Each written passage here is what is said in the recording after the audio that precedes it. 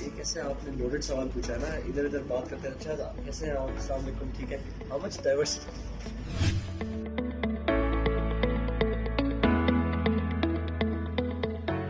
What makes Pehli Si Mohabbat so special that you're making a comeback after so many years?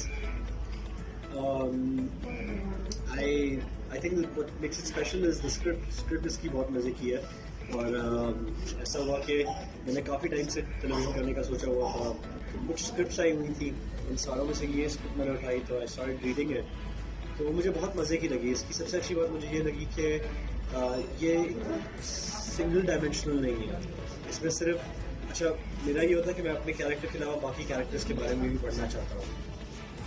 So apart from my self, मेरे अपने character के अलावा बाकी characters भी इतने खूबसूरत तरीके से लिखे हुए हैं। सारों की अपनी आर्क्स हैं, उनके अपनी बैकबोन्स हैं, बैक स्टोरीज हैं, और पूरी ट्रेजेक्टरी दी हुई है कि यहाँ से शुरू हुआ, यहाँ से खत्म हुआ। So that's what made it interesting for me, because about 15th episode पे जब मैं पहुंचा तो उसके बाद अभी तक आगे की लिखी नहीं गई थी। तो आई वॉज एक्चुअली वेटिंग, मैं रोज फोन करता था, बिकॉज जिस तरीके से आप कोई स्टोरी पढ़ते हैं, कहानी पढ़ते हैं, तो आपको अगर बताया जाए कि अगली एपिसोड हफ्ते बाद आएगी, तो आप जस्ट लाइक दैट। सो वो एक्साइटमेंट जो थी, it just clicked, and that's why I said okay, this is gonna be the one I am gonna do. इस प्रोजेक्ट में बहुत बड़े बड़े नाम हैं मेरे साथ, बहुत एक्सपीरियंस्ड एक्टर्स हैं। I think it's always wonderful to work with people who are bigger and better artists than yourself, because you get to learn a lot. ये असलम का जो कैरेक्टर है, ये मोहल्ले का लड़का है और थोड़ा सा बिगड़ा हुआ है, क्योंकि इसको कराची भेज दिया गया था।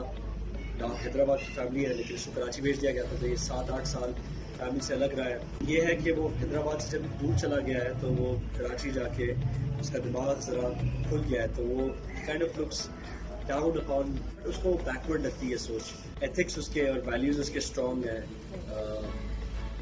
And he likes standing up for his what he believes in. Push over सा नहीं है, तो वो थोड़ा सा यंग भी है, 23-24 साल का लड़का दिखाया, तो रिबेलियस भी है। अगर आपसे सच बोलूँ तो मैंने एक और रीज़न ये स्क्रिप्ट करने का ये था कि मुझे इसमें थोड़े से लेयर्स नजर आए थे, कैरेक्टर में काफ़ी लेयर्स नजर आए थे, एंड जो कि अनफॉर्चुनेटली कभी कभार ऐसे होता है कि वो मिस हो जाते हैं। मेरा इख्तिलाफ जो है ना इस पूरी सिचुएशन से ये है कि मर्दों के कैरेक्टर को तो हमेशा से सिंगल डायमेंशन लिखा जाता है। या तो वो सफ़ेद होते हैं या तो वो काले होते हैं। आई मीन इधर दे ब्लैक और वाइट, कोई ग्रेज में नहीं होते। और अक्सर ऐसा लिखा जाता है कि जब आप कोई लड़का लिखते हो, तो या तो वो एक सीन में हंस रहा होता है, एक सीन में रो रहा होता है, बीच की कोई उसकी कोई रेंज नहीं होती। क्योंकि अगर आपने लाओ बाली लिखा है, तो बस लाओ बाली का मतलब है वो कुछ भी कर सकता है। अल्हम्दुलिल्लाह with this script I was really happy कि मुझे वो शेड्स मिल रहे थे। I was getting to play उसकी इंटरेक्शन। असलम नाम है कैरेक्टर है। असलम की इंटरेक्शन जिस तरीके से उसकी वालदा के साथ है वो अलग है, उसके भाई के साथ अलग है, दोस्तों के साथ अलग है।